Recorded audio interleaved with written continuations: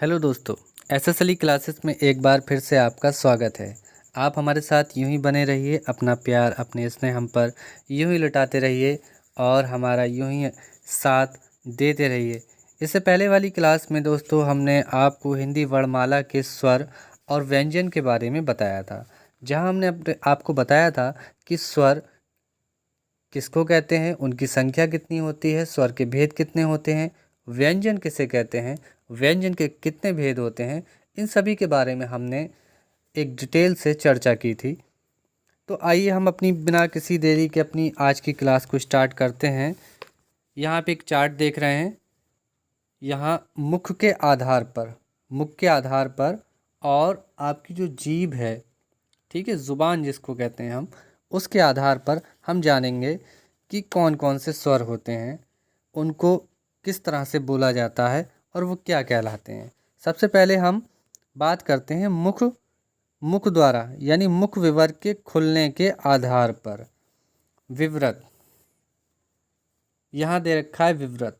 विवृत का मतलब होता है ओपन, जिन स्वरों के उच्चारण से मुख द्वार पूरा खुलता है। जैसे आप किसी डॉक्टर के पास गए होंगे तो वो कहता है आ बोलिए आ, आपको उसको उसको आपके मुंह में कुछ देखना है या आपके कुछ मुंह में प्रॉब्लम हो गई है, आपका मुंह नहीं खुल पा रहा है, तो वो कहता है आ बोलिए आ, है ना।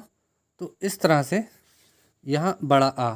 अर्धवृत, हाफ ओपन, जिन स्वरों के उच्चारण में मुख द्वार आधा खुलता है, जैसे छोटा ए, बड़ा ओ। अर्धवृत, हाफ क्लोज, जिन स्वरों के उच्चारण में मुख द्वार आधा बंद रहता है, जैसे ए, ओ। आप इनको प्रैक्टिस में आप बोल के भी देख सकते हैं, क्या वाकई में ही ऐसा हो रहा है या ऐसे लिखे हुए हैं। इनको आप प्रैक्टिस से देख सकते हैं। संवृत यानी क्लोज, जिन स्वरों के उच्चारण में मुख द्वार लगभग बंद रहता है, जैसे ई, बड़ी ई, छोटा ऊ, बड़ा ऊ। अब आते हैं हम अपने इस चार्ट पर। सबसे पहले आप इसमें क्या करें, आप इसके तीन इस तरह से आप कर लीजिए, तीन खाने बना लीजिए। एक तरफ लिख लीजिए वर्ग, ठीक है। दूसरी तरफ रख लीजिए उच्चारण का स्थान, यहाँ पर उच्चारण का स्थान, और यहाँ लिख लीजिए वर्ण का नाम। मैं यहाँ लिख नहीं पा रहा हूँ सही से, तो आप लिख लीजिएगा। यहाँ लिखेंगे आप का वर्ग। का वर्ग में आपके कौन कौन से आते हैं, का, खा, गा, घा, ड़ा। ये उच्चारण वाले स्थान में आप लिखेंगे कंठ। कंठ का मतलब है गले से। और वर्ण का नाम में आप क्या लिखेंगे, कंठ, कंठ है, ठीक है। चा वर्ग, ये आपका तालव्य। क्या कहलाते हैं, चा वर्ग वाले वर्ण आपके तालव्य कहलाते हैं, यानी तालु की छत का पिछला भाग। यहाँ चा, छा, जा, झा, वहाँ।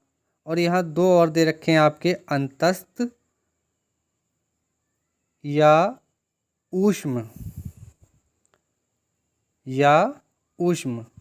ठीक है। टा, इसके बाद आएगा आपका टा वर्ग। टा, ठा, डा, ढा, ड़ा।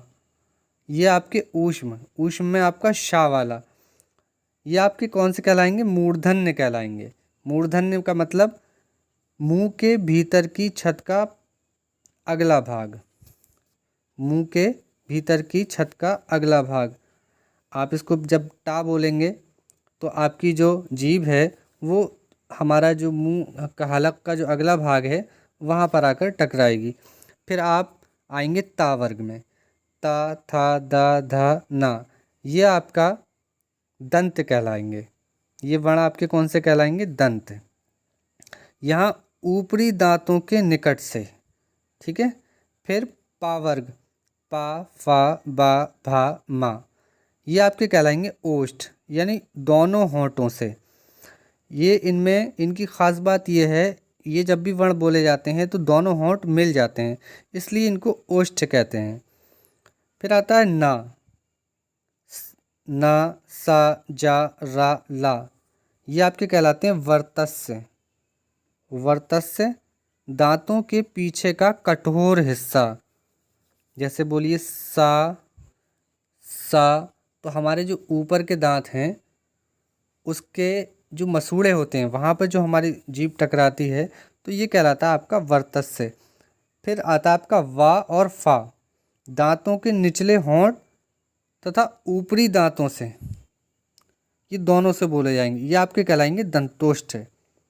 हा आपका स्वर तंत्र से, ये आपका कहलाएगा स्वर तंत्र ये। ठीक है, तो आपके मैं समझता हूँ इतना आपकी समझ में आ गया होगा। होंठों की स्थिति के आधार पे भी मैं आपको बता दूं, अवृतमुखी, जिन स्वरों के उच्चारण में होंठ वृतमुखी गोलाकार नहीं होते, जैसे छोटा आ, बड़ा आ, छोटी ई, बड़ी ई, छोटा ए, बड़ा ए, वृतमुखी। वृत आप जानते हैं वृत कैसा होता है, गोल होता है, तो इसमें होंठ के उच्चारण में होंठ वृतमुखी हो जाते हैं। ठीक है, यहाँ हम सघोष, अघोष, अल्पप्राण, महाप्राण इनके बारे में समझेंगे। तो देखिए, घोषत्व के आधार पर, घोषत्व के आधार पर पहले समझते हैं घोष किसको कहते हैं। तो घोष का अर्थ है स्वर तंत्रियों में ध्वनि का कंपन। अघोष, सबसे पहले आते हैं अघोष, जिन ध्वनियों के उच्चारण में स्वर तंत्रियों में कंपन ना हो। अब ये कौन कौन से होंगे, हर वर्ग का पहला और दूसरा व्यंजन, यहाँ देख रहे हैं आप, हर वर्ग का पहला और दूसरा व्यंजन, चाहे वो किसी का हो, चा वर्ग का हो, टा वर्ग का हो, ता वर्ग का हो, ये सभी आपके क्या कहलाएंगे, आपके अघोष कहलाएंगे और अल्पप्राण भी कहलाएंगे।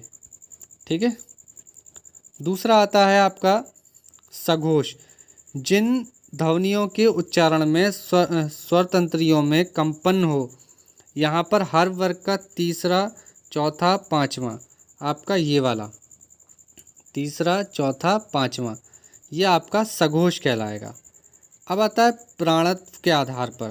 प्राण, यहाँ प्राण का अर्थ क्या है, हवा से, जब मुख से हवा निकलती है। अल्पप्राण, जिन व्यंजनों के उच्चारण में मुख से कम हवा निकले, जैसे हर वर्ग का पहला, यहाँ आप देख लीजिए, पहला, तीसरा और पाँचवा, ये आपके कहलाएंगे अल्पप्राण।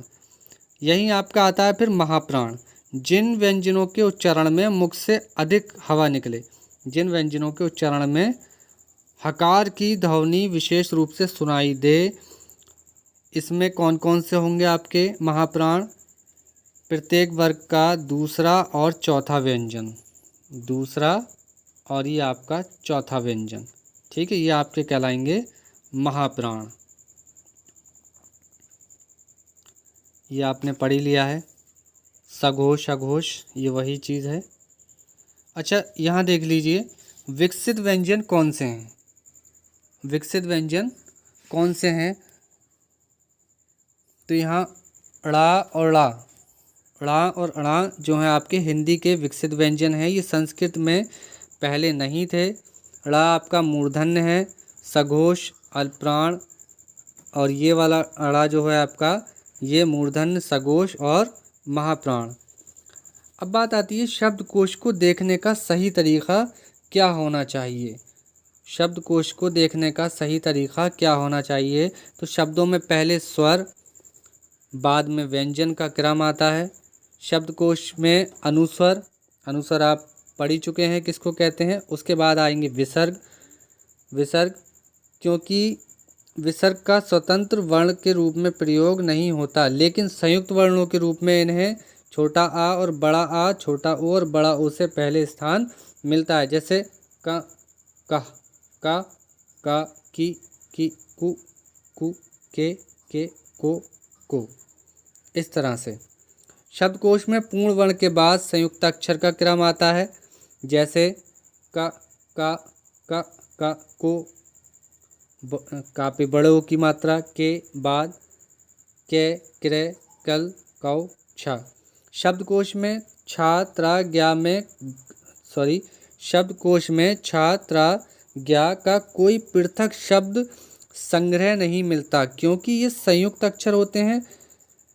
इसलिए इनसे संबंधित शब्दों को ढूंढने के लिए इन संयुक्त अक्षरों के पहले अक्षर या वर्ण वाले खाने में जाना होता है। जैसे अगर आपको छा ढूंढना है तो आपको का वाले खाने में जाना होगा। अगर आपको त्रा ढूंढना है तो आपको कहाँ जाना होगा? ता वाले खाने में जाना होगा। आपको ज्ञा ढूंढना है तो आपको जा वाले खाने में जाना होगा। जा वाले में क्यों जाना होगा? क्योंकि ज्ञा जो बना है वो संयुक्त अक्षर है और जा और वहाँ से मिलके बना है। यहाँ अगर आपको श्रा ढूंढना है तो आपको शाह वाले खाने में जाना पड़ेगा। यहाँ ड़ा वा अड़ा ड़ा और ड़ा से कोई शब्द शुरू ही नहीं होता, इसलिए ये स्वतंत्र रूप से शब्दकोश में नहीं मिलते। चलिए चलते चलते एक और चीज़ है, जैसे कभी कभी प्रश्नों में पूछ लेता है वो हमसे, भाषा की सार्थक इकाई क्या है? वाक्य। भाषा की सार्थक इकाई क्या है आपका? वाक्य।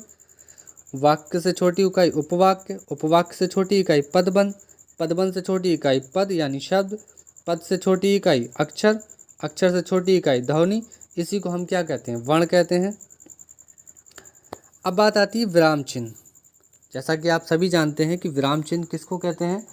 तो बात करने में जब हम ऐसी मुख से बोल रहे हैं तो कोई बात नहीं है, लेकिन अगर हम लिखित भाषा में किसी से बात करना चाह रहे हैं लिखित में, या हमें कोई एप्लीकेशन देनी है, तो वहाँ हमें अपनी बात को ठहराव के लिए कुछ विशेष चिन्हों का इस्तेमाल करना पड़ता है। जैसे हम कोई प्रश्न कर रहे हैं तो हमें प्रश्नवाचक चिन्ह लगाना पड़ेगा वहाँ पर। हम अपनी बात को समाप्त कर रहे हैं तो हमें विराम लगाना पड़ेगा, कहीं पर अल्प विराम भी लगाना पड़ेगा। तो यहाँ पर दे रखा है कि विराम का अर्थ है ठहराव या रुकना। जिस तरह हम काम करते समय बीच बीच में रुकते हैं और फिर आगे बढ़ते हैं, वैसे ही लेखन में भी विराम की आवश्यकता होती है। अतः पाठक के मनोविज्ञान को ध्यान में रखते हुए भाषा के विरामों का उपयोग आवश्यक है। श्री कामता प्रसाद गुरु जी ने विराम चिन्हों को अंग्रेजी से लिया हुआ मानते हैं। ये श्री कामता प्रसाद जी का ऐसा मानना है, ठीक है। वह पूर्ण विराम को छोड़कर, ये जो पूर्ण विराम होता है हमारा ये वाला, ठीक, जो हम इसको इस तरह से लगा देते हैं, इसको छोड़कर सभी विराम चिन्हों को अंग्रेजी से संबंध करते हैं, ऐसा कामता प्रसाद जी का मानना है। अब विराम चिन्हों के भेद कितने होते हैं? कामता प्रसाद जी ने इनके जो हैं भेद वो आपके 20 बताए हैं। कितने बताए हैं? 20। कभी कभी आपसे पूछ लेता है कि विराम चिन्हों के कितने भेद होते हैं, बताइए। तो 20 होते हैं। यहाँ देखिए, अल्प विराम, कॉमा जिसको हम कहते हैं अर्ध विराम, एक कॉमा फिर नीचे कॉमा, प्रश्नवाचक पूर्ण विराम, ये वाला प्रश्नवाचक चिन्ह जिसको हम प्रश्न चिन्ह भी कहते हैं, क्वेश्चन मार्क, ये इस तरह से, ठीक है। आश्चर्य चिन्ह जैसे विषम्य बोधक, निर्देशक चिन्ह डैश लगा देते हैं, संयोजक चिन्ह, मानसिक चिन्ह, कोष्ठक, अवतरण चिन्ह, उद्धरण चिन्ह, उपविराम, अपूर्ण विराम। इसे श्री गुरु विसर्ग के समक्ष बताकर मान्यता देने की भी बात करते हैं। फिर आता है विवरण चिन्ह, पुनरुक्ति सूचक चिन्ह, लाघव चिन्ह, लोप चिन्ह, पद चिन्ह, दीर्घ उच्चारण चिन्ह, पद बिंदु, हंस पद, टीका सूचक, तुल्यता सूचक, समाप्ति सूचक। तो ये सब हैं आपके विराम। तो दोस्तों ये थी हमारी आज की क्लास, जिसमें आपको बताया गया था हिंदी वर्णमाला के जो हमारा पार्ट 1 में रह गया था, यहाँ हमने इसको कंप्लीट कर लिया है, ठीक है। पूर्ण विराम का प्रयोग किस में किया जाता है? वाक्य के अंत में किया जाता है। इस बात को आप ध्यान में रखेंगे। कभी कभी आपसे वो यहाँ एक चीज़ और पूछ लेता है, मैं चलते चलते आपको बता दूं कि किस विराम चिन्ह का प्रयोग सर्वाधिक होता है, यानी सबसे ज़्यादा चिन्ह का किसका उपयोग होता है। तो यहाँ याद रखने वाली बात है कि अल्प विराम का, ये जो कॉमा है, अल्प विराम सबसे पहला ही जो दे रखा है, इसका प्रयोग सबसे ज़्यादा किया जाता है। तो दोस्तों आप हमें कमेंट करके ज़रूर बताएं आपको ये हमारी क्लास कैसी लगी, और अगर आप हमारे चैनल पर नए हैं तो हमारे चैनल को सब्सक्राइब कर लीजिए, बेल आइकन में लाइक का बटन दबा दीजिए। हमारी वीडियो आपको अगर पसंद आई है तो उसको लाइक कर दीजिए, बेल आइकन में आप बटन दबा दें। बहुत बहुत धन्यवाद।